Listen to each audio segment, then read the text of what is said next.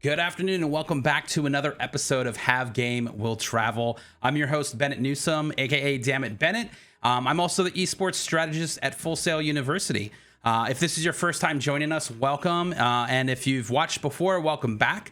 Have Game Will Travel is all about the industry of esports and kind of going over that there's so much more than just being good at the game. So we're going to take a virtual ride with our guests through their industry journey. So buckle up. Today we have Mike Botkin. He is the executive producer at MTV Gaming, Optic Gaming, Dallas Fuel, and Optic Texas.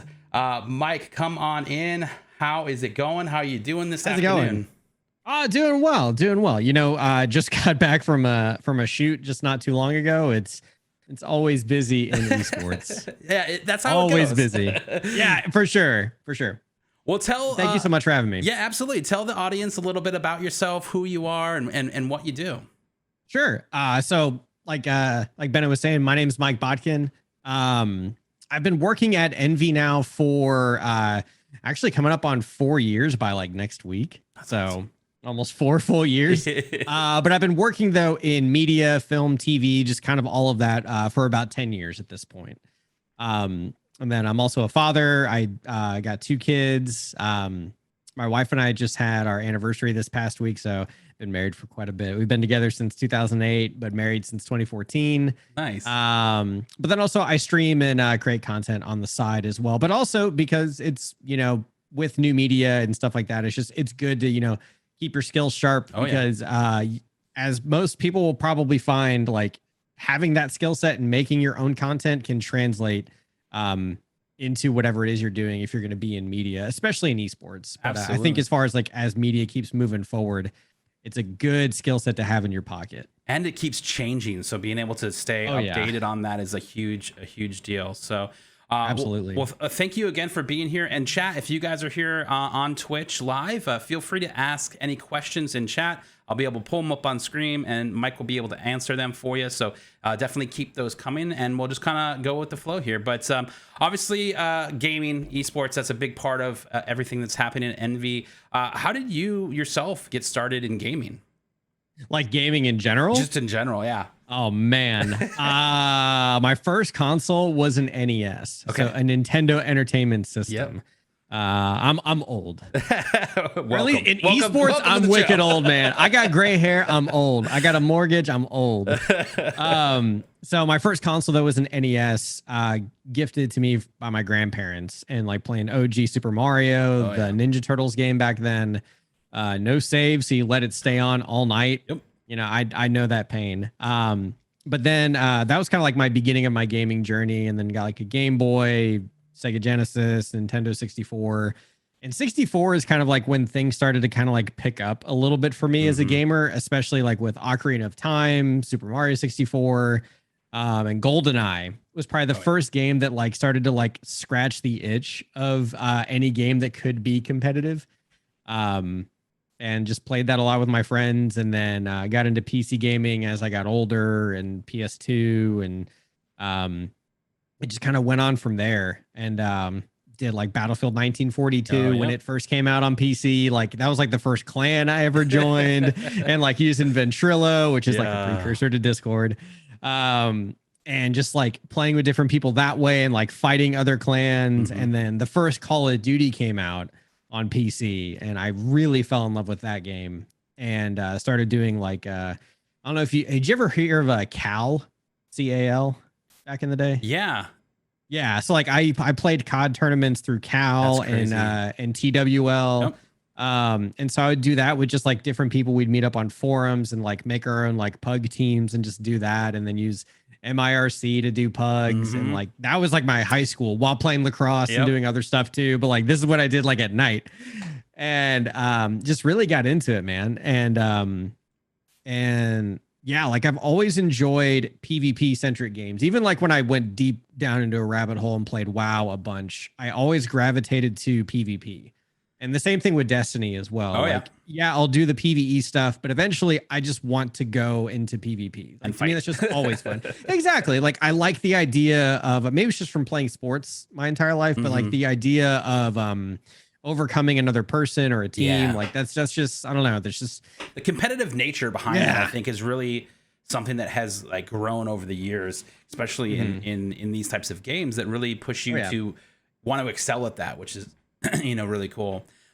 For me, like I have a similar journey as you as far as growing up with all the different consoles.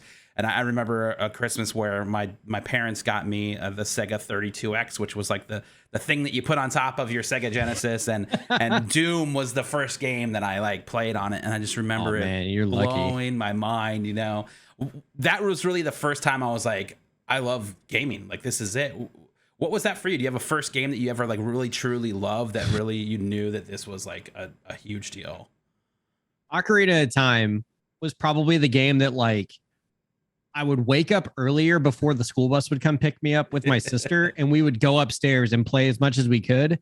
And then the first thing we did when we got home after we did our homework would run upstairs, fire it up, and keep playing. Yep. And like we were making our own game within the game, like just running around the fields of Hyrule and just playing around and like playing with the ocarina itself, making our own music with it. Like we were so just like into that game. Like that hooked me, not only on the series, but also on just, I don't know, the design of the game was so freaking fun. Yeah. That was the game that really like pulled me in. And then like I was saying earlier, from a competitive standpoint, like GoldenEye was the first like game we would talk trash with our friends and like just do like our own GoldenEye tournaments, like slaps only, no odd job. Oh yeah. All that stuff. So yeah, those were always great at sleepovers. You had everybody build out your own bracket and have a good time, which is great. So tell me, let's fast forward obviously now. Sure. When did you start? You mentioned earlier in your intro that you created content on Twitch and YouTube. What really got you into the content creation side of things? Was it just really spicing up your skills, or were you looking to adventure into a whole new world? A couple different things. So I remember the first time I ever even heard about Twitch, it was right before the launch of Destiny 1. And I was actually working at GameStop's manager conference in Anaheim. Okay. I think. And so I was driving the set all the way from Dallas to Anaheim, and then I also had to drive it back, which is about a 3-day breakup. Yeah. Between, Cali and getting it back to Dallas. And I was going to miss the opening weekend of D1. And because, I don't know, I wanted to just at least see something of Destiny on coming home, because I was stuck on the road for at least a couple days, and I didn't have my PlayStation with me. I don't know, somehow, like maybe through Twitter or something, I saw Twitch. Yep. You could watch people play. And so I would watch either like Laced Up Lauren or Gathalion and just watch people like either do PvP or like try to avoid the story stuff because I didn't want to be spoiled. I wanted to play. But that was like the first time I'd ever seen Twitch. Yep. And then like skip ahead like a few months, and like I started, watching a lot of like T-Rex and Broman and Goth, like that crew. And my wife was like, hey, I want to watch this movie. And I'm like, I really don't want to watch it. Can I just watch people play Can I just watch, Twitch on my iPad? She's like, yeah, sure. It's fine. I just want to be, around you. And I'm like, all right, that's fine. And so like, I'm just watching Goth play, and she's like, are you actually playing right now? I'm like, no, dude, I'm watching this guy. But what's really cool is this is how he provides for his family. Like this is what he does. Yep. And she was like, really? And I'm like, oh yeah, 100%. Like this is legitimate. This is his job. And she's like, have you ever thought about trying it? I was like, I was 100% you would say no, so I never wanted to ask. And then she was like, well, look into it and find out what you got to do and, give it a shot. And I was like, all right, sick. And so I was like, all right, what do I need to do? And, started just looking into it and learning how to just do it for my console. I'm like, all right, how does this cost nothing? How do I not have to invest in this to make it off the ground first? Exactly. And then I was like, oh, okay, this is cool. And just started doing it for a little while. And it would just be like my clan coming in and just chatting with me while I would play. And eventually I went and bought like a PS4 camera and got a piece of foam core and painted like chroma green paint from the stage where I worked at the time, and just painted that and just stuck it behind me, and like just had a single light and just popped it on me and would just stream out of the living room. And then like just started doing it over time. And, like just 2 people turns into 10 and to 15. And it just kind of like slowly just rose up and people kept coming back. And I would have chat on my iPad, like on my legs and just trying to like talk to people while I'm trying to play. And I don't know. I just kind of fell in love with it because I've always been a gamer, and a lot of the guys that I would play like sports with weren't always gamers, except for maybe like a handful of them. Yeah. And so I don't know. I always felt like a black sheep of the group because of that. Because I would, you have your typical bro like football guys, especially being in Texas. Like at the time, like gaming wasn't as like common as it was, when I was younger, which is weird to say. But it was true. Like it wasn't like as commonplace. It was either people were closet nerds or, people already had like their crew of friends that they would play with. And what I really loved about Twitch, what hooked me immediately is it guaranteed that I would never play a game by myself ever again. Absolutely. 100%. Like it'll always be a communal experience permanently, which is a big hell yeah. Yeah. I had the same thing. It was like when I first started, it was like, I need to find people to raid with, And so it was like, hey, come on in. We're raiding. Like, we need one. So that I don't have to have galley. True. It's fine. I promise. We got enough galleys for everybody. Don't worry. But that's awesome. So obviously, creating content and doing this. When did you realize that esports was something that you wanted to work in?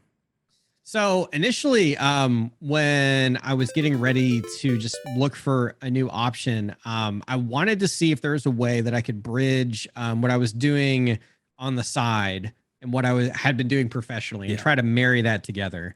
And so like initially I started looking at, the IGNs, the GameSpots, Game Informer, but a lot of those are not in Dallas and I didn't want to move. And so I just looked for things, around the Dallas area, which in games media isn't as dense. Yeah. The closest would have been like Austin, like at Rooster Teeth or Achievement Hunter, like within that group, which I could have swung. But I got a tip from a person that I used to work with who became a client for the company I used to work for. And she was like, hey, Envy's looking to hire up some people and they're going to be looking for a video producer. I just had lunch, with Justin Rojas. And I was like, wait, we just did a thing with him with like Funimation like a week ago. I'm like, yes. She's like, yeah, same guy. I'm like, cool. I like him. You had him yeah, she was like, you should apply. I already talked you up. I'm like, sick. And so I applied and, after, 6-ish weeks or so, I started, my very first week on the job was the first week the Dallas Fuel actually came to Dallas. That's awesome. In the first season of the Overwatch League. So I joined like right before stage 3 of the first season of the league.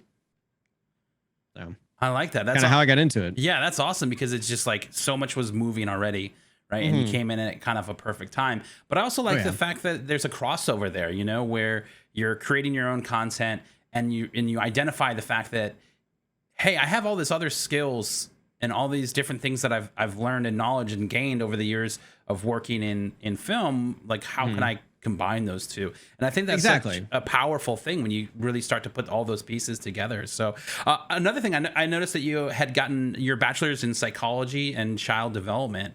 Obviously I would love to know but it gets a great use. I would love to know, like, is there a lot of crossover in the world of esports?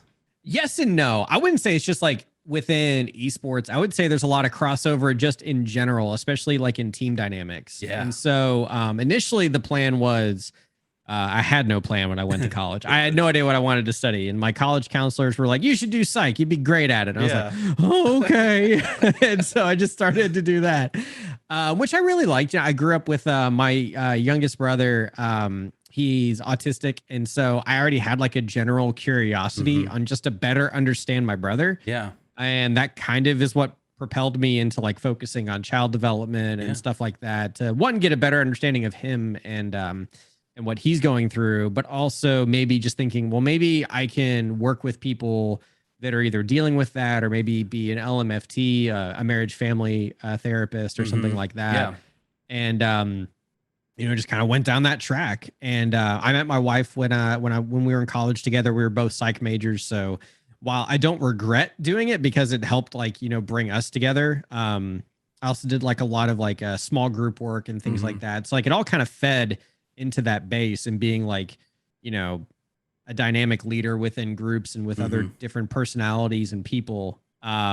Translating it to like esports and media, I mean, you're going to meet a variety of different people in any industry, but also like with esports as well. Like you're going to have very alpha type people, and also very like introverted and kind of people that are a little mix or whatever. And I think having that backing gives you, I think, a lot of fluidity on how to, you know, bring out people's best when you're doing an interview with them or making them comfortable when they're getting ready to do content, whether they're used to being on camera or they're not, or they're kind of like wishy-washy, or their answers are just like really fast. And you're like, dude, we got to dial that back like 25%. Yeah. And just learning how to pull the thread a little bit. I think all of that has been like a really good foundation for that, unintentionally. Yeah. Very, very valuable. And even like interdepartment as well. You know, just being able to have that empathy for somebody that could be just, you know, somebody could just be really short and really kind of like almost rude. And you're like, well, maybe they're just having just a really, really crappy day. And just like, just having that, like, I don't know, that moment to like have pause and be able to observe your teammates and your talent and other stuff like that, I think has been wicked helpful. Yeah, and, absolutely. And you'll see those kind of people too, like in sports teams, like football and stuff. You know, you're gonna have your alpha male dudes like that are like wide receivers, your skills people that are very like, you know, up front, and then you're gonna have these like real humble pie guys or dudes that are just like, they're just gonna be socially awkward because they'd rather just you not talk to them and they can do their own thing. But also just being able to recognize that has been super helpful. That's great. And I was actually on the verge of going to get my master's before I decided to pivot completely. Yeah, well, let's talk about that. I mean, obviously, first and more importantly, I think like the emotional intelligence there and the communication skills, you know, from getting a degree in that field really do play into the esports world, especially working with teams and in your position now, you know, working at a much higher level. That's a huge deal to be able to communicate effectively with people that are on a wide range of scales. So that's pretty important. But like you said, you definitely pivoted, right? So a couple of years later, you picked up another degree in digital video. I did. What inspired that? Like, was it just a total shift, or did you just really see an avenue that you wanted to head into? Well, right before that, my after my wife finished college, because she was just a year behind me, we were looking for our first jobs, and I was like, I don't know what I want to do, because I decided not to pursue my degree. I'm like, well, what am I gonna do? Right. And I was like, well, I like football. I'm gonna work for the Cowboys. I'm gonna get a job at the Cowboys or the Stars, and I'm just gonna do it because I like that. Yeah. And my parents were like, you're crazy. It's not going to happen. I got a job at the Cowboys. Yeah. And so this is something that's been very true for me. And it's like a pretty consistent trend. Like if I kind of want to do something and the right person tells me you can't do it, I'm going to do it. Yep. I'm going to find a way. Yep. I'm going to do it. I can be kind of stubborn in that sense, but I don't know if there's something that I really want to put my mind to and I think it's the right call, you know, I will find a way. Yeah. And so I was like, all right, I'm going to work for the Cowboys. And I started working for their fan club, which did like a little bit of like cold calling, event activation at games, you know, pregame and like mid-game, halftime and post-game, both at the actual home games themselves, but also at training camp and preseason and all that. And I want to say like a few months in, my boss called us in, and it was our team was like maybe like four or five. And he was like, he's going to have us like doubling up on a couple extra duties. And, you know, one person got social media, one person got more involved in merchandise, and I got put on video. And I was like, I don't know how to do that. I've never done that before. And he's like, you're smart. You'll figure it out. I was like, all right. And so I got paired with the in-house photographer and just started doing like interviews with some of the designers that make all the merchandise for the entire company. And because we shared the same office space, and like it was the year Nike got the contract again with the NFL, so we did like videos about like some of the apparel, and I like edited it together and just kind of just wung it. And I was like, this is really cool. This is really fun. Yeah. And you know, the more I kept doing it during the day, it started to impede on like some of my cold calling and stuff like that. And my boss was like, well, you can't do that like all the time. I'm like, bet. Yes, I can. and I was talking with my wife. We weren't married at the time at this point, but she was like, well, you know, we're early enough in our jobs. Like, if you want to go back and like do whatever you got to do to then do this full time, like, Mike, you're at like the perfect age to do this. So I was like, okay, you know, I just needed somebody to tell me that it was okay. And that was enough. Like, my wife's always been my biggest encourager and biggest supporter for anything. And so that's all I needed. I just needed somebody to tell me that that's not crazy and it's worth it to go. And what kind of like instilled that idea in me too, as I back up a little bit, Casey Neistat put out a video right around the same time that we were getting the Nike contract for the league. And it was about their like little fitness band. That was, I don't know, I can't remember what the band was called, but the whole video was Make It Count. Yep. And like that whole video just like smacked me in the head creatively and was like, yes, like I felt like I could do anything. It was the most empowering thing in the world. I'm like, I want to do that. I want to impact, because that's kind of what I wanted to do with Psych as well. It was like, you know, I want to help, you know, make somebody's life better, or, you know, leave this place better than when I arrived. And, you know, it's like, all right, I want to make stuff. I want to make people happy. I want to bring this feeling to somebody else. Yeah. And like that's initially what sent me down the path. Okay, cool. And and then decided, you know, I need to learn how to do this the right way so I can get a job. And actually, I actually had considered going to Full Sail, and but you know, living in Texas, that would have been me moving to Florida. Yep. And it's like, can't really swing that. But we had a community college in my county that was pretty solid and had a good track record of getting people work, or getting them to work quickly. And most of my credits transferred, so all I had to do was just take my courses needed to get another degree, and that's what I did. That's awesome. Yeah. And so, I mean, that's a huge deal. I mean, now you had a taste of the film and editing, and now you're like pursuing that. With the Dallas Cowboy jobs, how did you end up landing that gig? Was it you know, something that you were networking with, or did no networking at all? It was my very first job out of college. That's awesome. Up until then, I'd never you know, I'd like, you know, done like odds and ends, like summer jobs and stuff like that. But it was my first actual job out of school. So it was straight up luck of the draw, man. Like it was an entry level position, which I think helped. You know, there's some things that they're hoping for, but at the same time, I think I just got lucky. You know, I got lucky to get the job there, and then I got absurdly lucky to be assigned video. Yeah. Because had I not been assigned that at all, I don't think I would be where I'm at right now at all. That's true. Yeah. I don't know. I don't think I would have gotten here at all. I think this is cool because in our last episode we had Malia on from Sentinels, and she had talked about how she took a risk and she found a Reddit post about an internship for the Overwatch League and applied for it. You know, didn't feel like she met the requirements or anything, but she went out there and did it. And I feel like this is kind of the same realm where you said, hey, I'm gonna go do this thing. I think I can do this. I like it. And let's figure it out along the way, which is really cool. Yeah, I would say that's something for anybody that's either getting ready to go to school to pursue either a vocation or something that they think they may like. Like, you got to shoot your shot. Yeah. At the end of the day, you just got to shoot it, whether you think you're qualified or not. You know, even if you see a listing that's like, we need X amount of years of experience. Yep. If you're passionate about it or you're genuinely interested in it, go ahead and apply.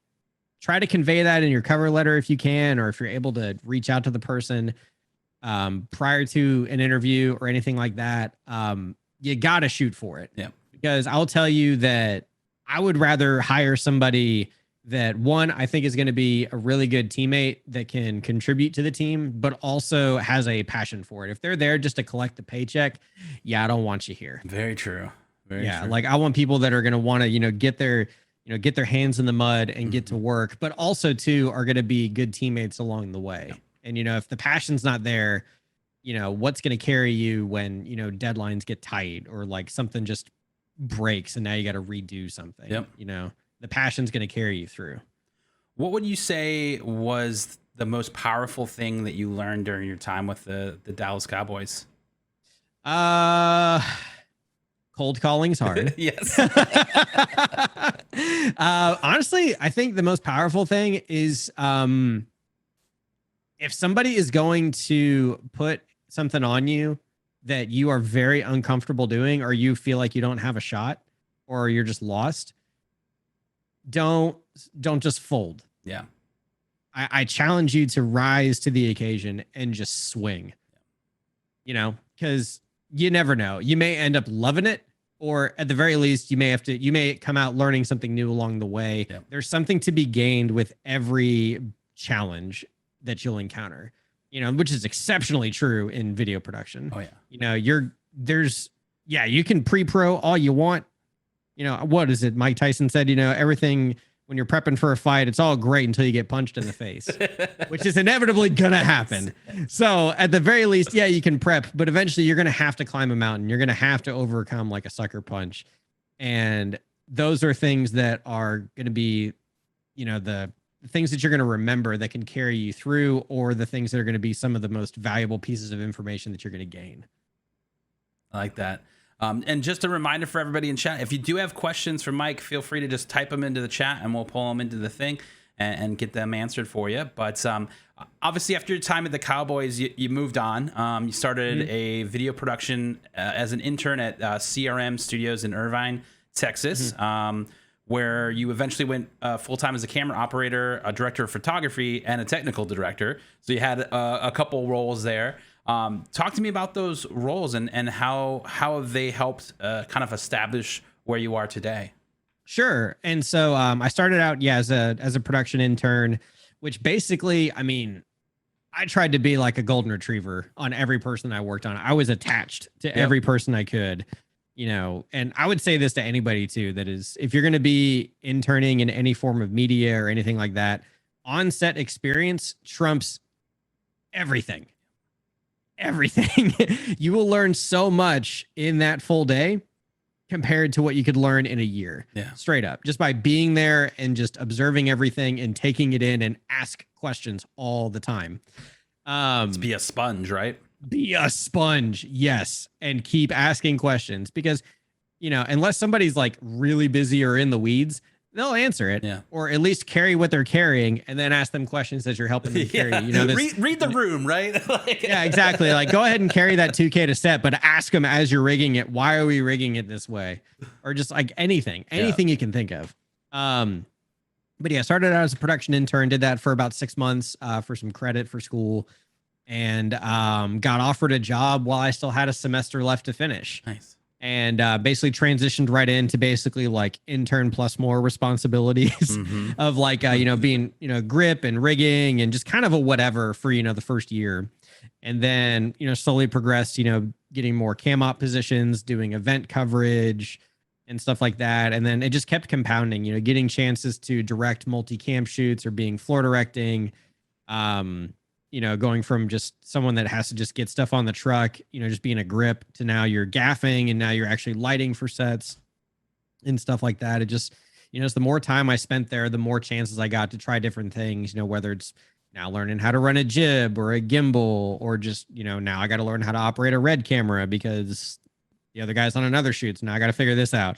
Yeah. And, you know, that's just kind of how it eventually just compounded over time, you know, just getting chances to try different stuff. And that's one of the things I loved about CRM, was the chance to get exposed to so many different kinds of production in a very finite time. You know, it was, even though I was only there for like 4.5 years, like it was a very like big variety, you know, doing things from like live radio to stage commercial, event coverage, you know, E3 coverage, and, you know, so many different things in between, man. And it was invaluable experience. It was almost like I got a crash course to make up the time for not getting my first degree in video. Like, if anything, it bridged the gap.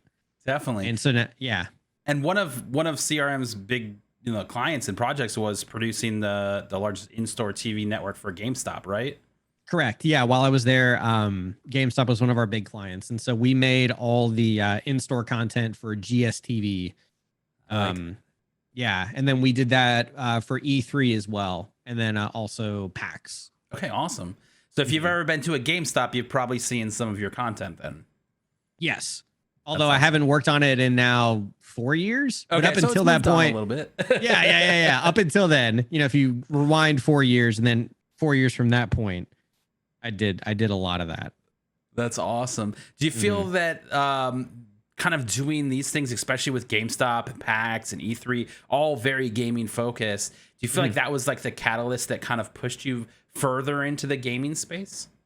Oh, totally. Absolutely. Because growing up, being someone that was, being a gamer, I always looked forward to E3 coverage on G4. Oh, yeah. And when I got the opportunity to go to my first E3 for GameStop, dude, that's like a dream come true. You're like, I get to go to E3 for free and walk around the floor. I'm like, what do you need me to do? It's like, just go shoot B-roll.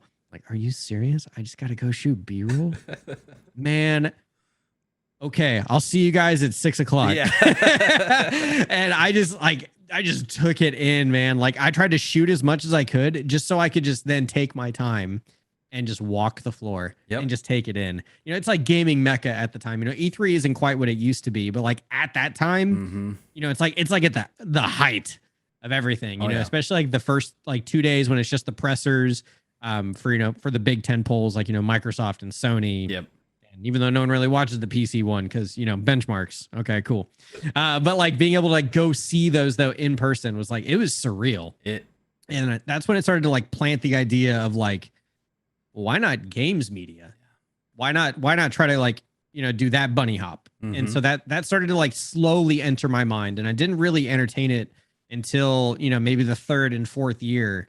And I was like, maybe there's a way to find it, and just had to wait for the right opportunity to come along. And like we were saying earlier, sometimes you just got to shoot your shot and go for it. Yeah, it's funny because I feel like our stories are very similar.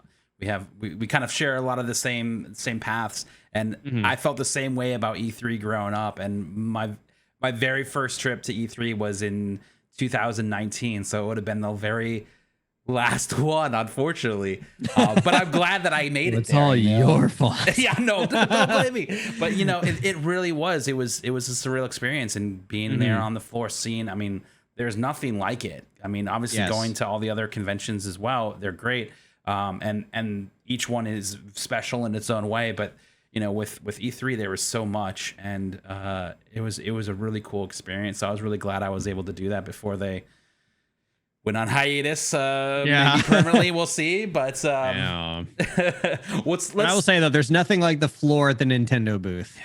Their floor was always the most cushy and the most comfortable. And anybody that's carrying a camera around all day, you look forward to the Nintendo booth. Yes. Like, thank God, this is like a spa for my feet. This is great. Everything else, rock solid concrete, paper thin carpet. Nintendo knew what's up. They're like, we want people to want to come here and hang out for a little while longer because their feet will be happy. People probably would just go simply because it felt good. I did. It's always an important thing at those types of conventions is how the floor feels. Absolutely, man. Undervalued. So your current title is executive producer. Correct. At Team Envy, Dallas Fuel, Dallas Empire. Talk to us about like what does that mean? Like, what does that role entail? So there's an EP is kind of more like, you're still a producer, but you also have like responsibility over budgeting, and then you have a more high level concept working with whether it's the sales team or client facing or stuff like that. In film, it can be more strictly tied to straight up financing only. And so at least for us in our space, you have a little bit more control over the project, communicating with the client, or whether that's even just within our own like sales team, and as well as budget and stuff like that. Like you have a more heavy hand in like the overall project. Right. Whereas like producing, it could be more straight up. You're on site making it happen within it, or maybe you're just kind of getting the crew together, but you're not really involved in the like more like inception of the project, so to speak, like the pre-production, even like the impetus of the idea. Right. Kind of focusing on like the concepts and stuff, right? Correct. Yeah. So for us, it's kind of for me, it's more blended of like you're involved in the initial discussion of the concept itself whether that's going to have an attachment to a sponsor deliverable or a partnership or a co-op kind of thing, and then the actual planning and then execution of the project, and then making sure it makes it out the back end as well. So I would say like a producer is someone who definitely shepherds a project all the way through. Yeah. Okay, cool.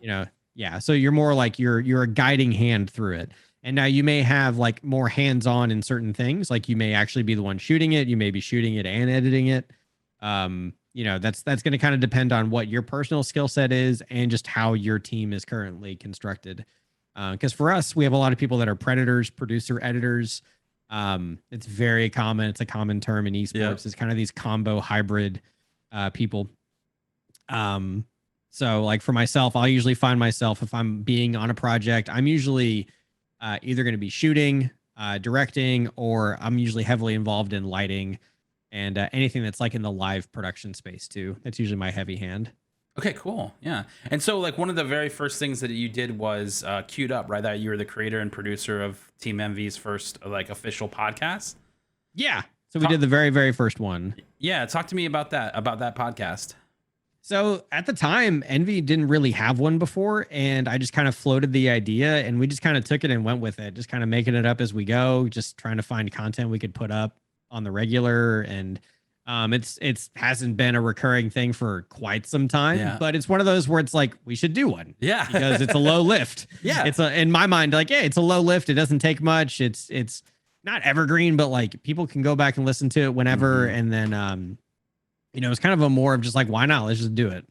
And it's on my side, knowing like what needs to go into it. I'm like, dude, this is well within my wheelhouse. This is not like, having done, I'd been streaming for a while, and also just coming from, a traditional, TV film, and having done live radio before, it's like, dude, we totally do this. This is not hard. Absolutely. And obviously you produced a few other podcasts, including Off the Break, which actually featured Full Sail's Dan Patrick School of Sports casting grad Lando Sanders, which we're all big fans of, which was really cool.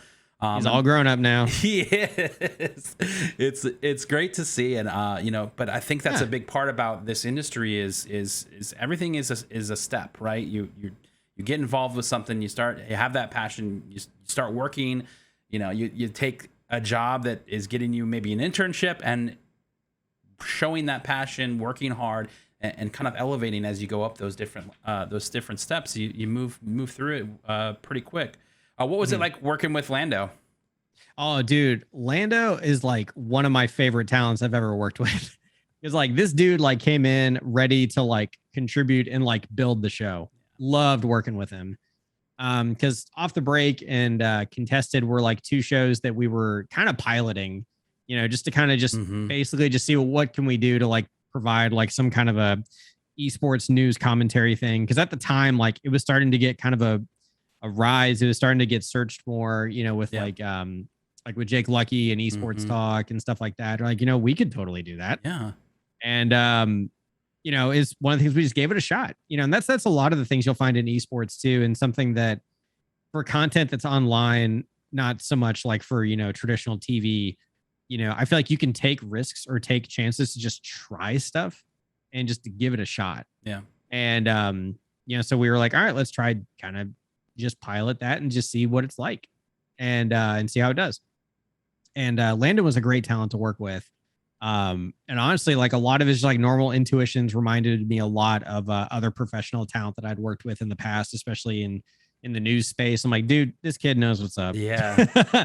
And like also just how he composes himself. He's a great interviewer. Like you can tell like he was prepped. He was ready. He was ready to go. He wasn't a streamer who was now going to become interviewing talent. It's like, no. This is broadcast talent doing broadcast talent things.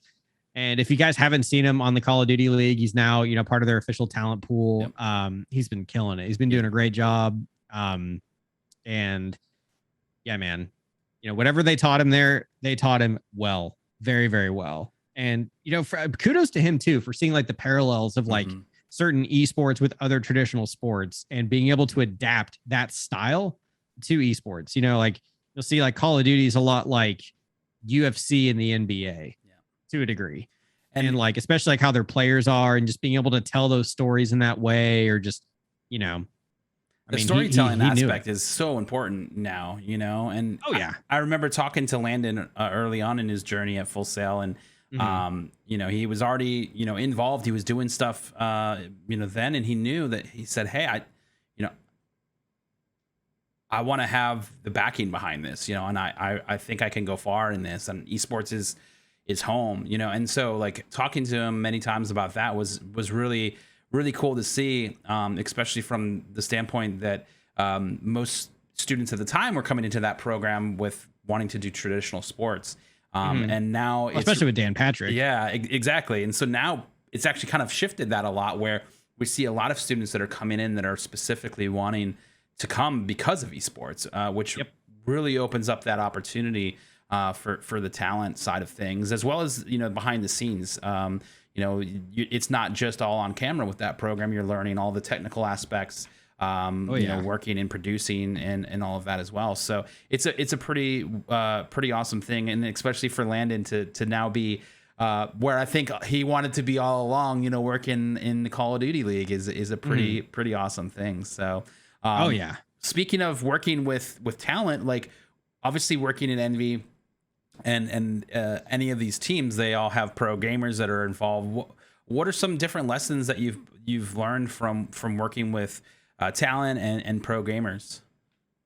I mean, they're no different than you know, they're just, and like, I would say this is true for any talent. At the end of the day, people are people. Yeah. You know, you'll have some that are going to have really, you know, gassed up personalities, you know, whether they're like top of their field or whatever, but you also have some that are going to be super humble and just kind of chill. You know, you're going to experience the whole gamut, just like you would, you know, just out on the street corner or, you know, somewhere randomly in a city.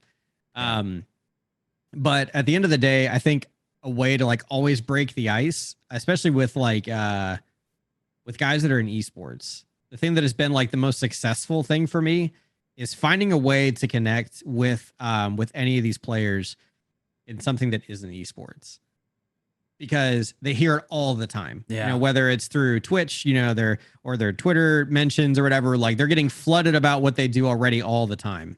But like, you know, being able to connect with somebody that like is really into food, or they love dogs or something like that, and you kind of just lean into that and just building that connection, dude, like you instantly cut the ice, and they're initially caught off guard because they're like, wait, you actually care about something else that I like, or something else that I want to do? there's another connection there, right? Yeah, like I'm not just this. And you know, I find that to be pretty true as well with, like, you know, whether it's a pro athlete or an actor, you know, if you find other ways to connect on a human level, you know, it's a great way to cut the ice. And, you know, just to kind of instantly already start building a rapport. And then it's like, okay, well, now now that we're done chit chatting about, you know, spaghetti, we can go now talk about, you know, this controller video that we're going to do. Yeah. But then when they're done, they instantly want to come just talk to you and kind of hang out.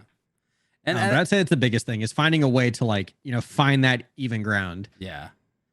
And I think there's so many, especially in the industry, there's so many people that have similar passions, you know, where, we're all into gaming, where, you know, we love streaming and video content, but, you know, outside of that, there's a bunch of other things. I'm a huge NHL fan, you know, and so anytime that I go out and meet other people and find out they're hockey fans, it's like, all right, let's have some more conversation here, you know. Oh yeah, which is always good. Also, shout out to Bolts, Tampa Bay. So we got a win last night, so I'm happy about that. There you go.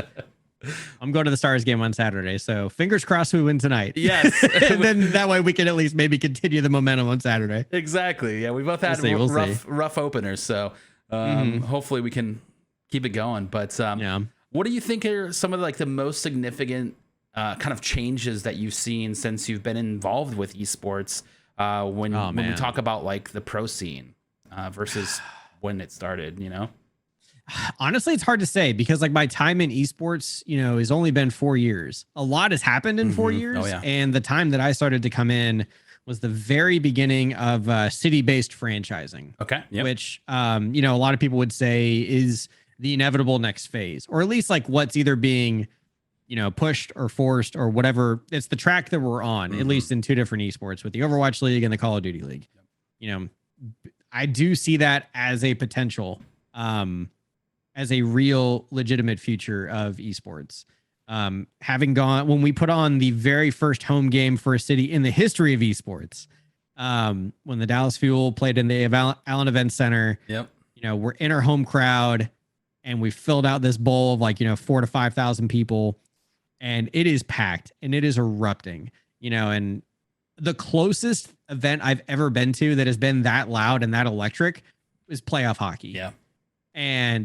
But it's everybody getting hyped about Overwatch. And that's the thing. Like, you're like, wait a second, this is for Overwatch. This is actually happening. Yep. And, the floor is shaking. And like, I remember I was coming around from where I dropped off some media to offload to our editor on site. And I got around the corner and then I hear one of our main tank guys, OG, do his Ryan like hammered down. And like the floor shook. I could feel it shaking on the second floor. And he like knocked down like 4 or 5 dudes, and like the crowd just roared and got like super loud. Like I felt goosebumps. Like I felt like my skin tingle. I'm like, I will remember this for the rest of my life. It's like, this is real. This can happen. A team can represent a city and a crowd will show out. Yep. And people want to do this and people want to come see it. Like this is gonna happen. And so I do see that as legit future for esports. And I got to experience it again for Optic Texas when we did Major 1 about a month and a half so back. Yeah. And so it's like this translates into the 2 at least city-based leagues. Like this can happen. The fan base is there. You just got to give them a place to go. Yeah, I mean that's a great segue to the kind of the next question. Is obviously recently Optic Gaming merged with Envy Gaming and brought in probably like arguably gaming's most storied brands in esports, led by Hector Rodriguez, Hex. And what was it like for you as an executive producer? Now you had a whole new brand to work with, especially a brand like Optic Gaming. Well, on the plus side, Optic already had its own media team and its own folks there. So it's been more so just kind of a blending of two different groups together. Okay, cool. And Stro, I think, put it in the best way of when we put out a small podcast with Hector and with Mike, and just kind of talking about the overall merger. What does it mean, and what can each side look for, or try to answer some initial questions. And if you haven't seen it, go to Envy's YouTube. It's there. You have to scroll back a little bit, but it's in there. Okay, cool. Worth a watch. It's just an insight from the 2 faces of these storied teams. The E Clasico is essentially over because they'll never play against each other again. Right. Yeah. But each is bringing the best of what it can offer to then create something that's even larger that neither brand could really do 100% on their own. Something that we bring with Envy is a lot of infrastructure and a lot of varied industry experience. We're already way ahead of what our other teams are producing from an event experience standpoint. Our events team is like, they are the best industry standard, bar none. Smart folks, smart, talented, experienced folks. We are way ahead. But then also Optic has a fan base that is, between different games, way more present. They have a massive fan base. The Green Wall is a legit force of nature. Yes. And so when you combine, and then also like with content and all that stuff too, Optic has been doing a fantastic job for a long time.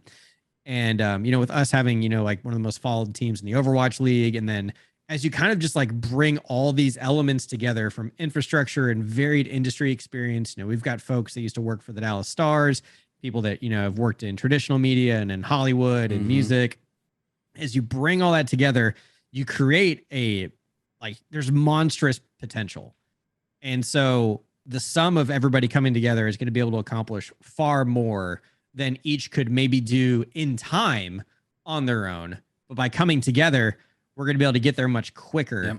And not only that, help propel esports forward, where I think we collectively as a company and as a team believe it's going to head. So instead of we're kind of running alongside everybody, it's like, no, we're going to take the flag. We're going to run out front. We're going to say, this is the way. Yep. Everybody else needs to come on. Yeah, I like that. And that's a really good point too, is especially for a lot of teams, it's kind of unknown. Like, should we go over here? Should we go over there? Like, what's the next step? And sometimes it just takes someone to be a leader and stride forward and say, hey, we're here. This is what we're doing. And as that and evolves, it works. and you start to see people going, oh, I like what they did. We should do that. Like, it kind of cycles, which is nice. But I think it altogether in esports is all about everybody kind of coming together, and there's rivalries and competition is super important. But at the end of the day, I think everybody in this industry loves it and is passionate about it and wants it to be as successful and as big as possible. And that just really comes from kind of working together, sharing these things and really, taking steps forward. So I like what you guys are doing. Obviously we have a ton of students here at Full Sail that are interested in the industry and after graduation really want to go work in the industry. What advice would you give them as they start their journeys in the industry of esports? I would say there's more than one way to get into esports. There's no absolute, just like there would be if you were to pursue, in like honestly any industry, especially any creative industry or any entertainment style business. There's more than one way to get in, whether that be whether it's through content or through finance or through marketing or through graphic design. Through being a video editor or motion graphic designer. There's so many ways to get in that you don't have to just be someone who, plays the game at a high level to get in. Yeah. But I will say though, once you start to figure out the way that you're going to try to get in, hone your craft, do what you have to do, learn what you got to do, master it as best as you can. And, if you're attending Full Sail, take advantage of the resources that are there and the faculty that are around you. Do what you can to get as much experience as you can, because experience is one of the most important things that's going to help you get a leg up and probably get you in the door. And then not only that, maybe even land you the job. Yeah. Because a lot of it is, what can you say? What are you telling me you can do? And then do you have anything that can show me that you can do what you say you can do? Yeah. Because that's going to be the most important thing, is because a lot of us, we either are looking for someone that knows enough that we can grow with them. I've hired people that are exceptionally talented that can just start right on the spot, and a couple that are good enough to get going, but I see them as an opportunity hire. Yeah. Someone that I'm pretty sure is going to grow with us quickly because I can sense the drive. They've freelanced with us a couple times. And I think long term, this will be someone that can grow within the company over time. Yeah. And, recognize what your talents are. If you find yourself that you're weak in something, do everything you can to master it. Study on it. Don't just stop in the classroom. YouTube is your friend. YouTube University is not a meme or a joke. There's a lot you can learn online. Like while I was, interning and going to school, I was just grinding, learning anything I could. Even if it was about like seeing the same thing just from a different person, learning about, focal length or learning about different cameras or just different visual effects things, just even if I wasn't doing it side by side with them, just observing it and just trying to soak it in, it'll carry with you. You're going to recall it in the weirdest way and it's going to help you out. Especially, I was just gonna say, especially with the world of esports, it's always evolving. So you have to be kind of a life learner at that point, where 100%. You just gotta keep absorbing material, keep learning new things, and as it changes, adapt. Exactly, adapt. That just reminds me. That's like a big Destiny meme. Oh yeah, adapt. But I would say though, that you hit it right on the head. Like you're always a student forever, especially in a creative industry, because one, no one's going to know everything because there's more than one way to do something. Even right now, like how you and I have lit ourselves just for this video call, different choices achieves the same result. There's more than one way to do something. And that doesn't mean one could be better than the other. One could fit different workflows better, but there's more than one way to do stuff.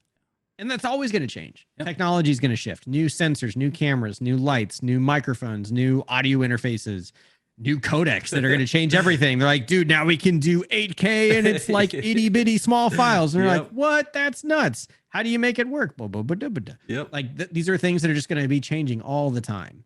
And so constantly being a student of your craft and your industry and something that I mentioned earlier, your passion is going to carry you through it. If it's genuinely something that you are in, you may find that you're already doing this already and it doesn't take much you're just already doing it. It's just second nature. Because when you got the bug, man, you got the bug. You just that's all you want to do. You like exactly spend all of your time doing and learning that thing. It just it really it can help you really focus on what you want to do, which is great. Yeah. Well, we're getting to that point of the show where we're almost done. But I've got one last question for you. But I did want to give you some time to shout out where people can find you if they have questions or just want to watch your content. Sure. So you can find me on Twitter and Instagram at It's Mike Botkin. You can also find me on Twitch, twitch.tv/Mike Botkin. I'm an open book for anybody that has any questions about the industry. Even if you're just like, dude, I don't know where to do this or whatever, or like, what are your thoughts about this? I'm always happy to talk shop with anybody that genuinely just wants to talk about it.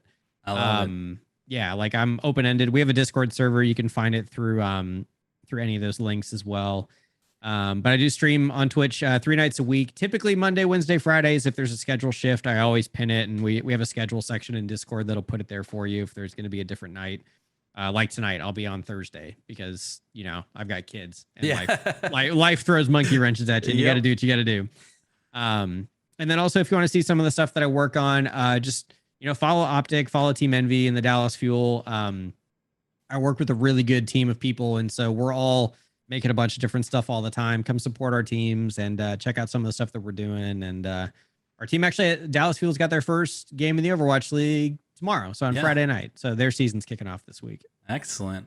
Well, from one content creator to another, where do you see the future of esports in the next 5 to 10 years? But specifically, where do you see the role of content creation in the world of esports? Oh, man.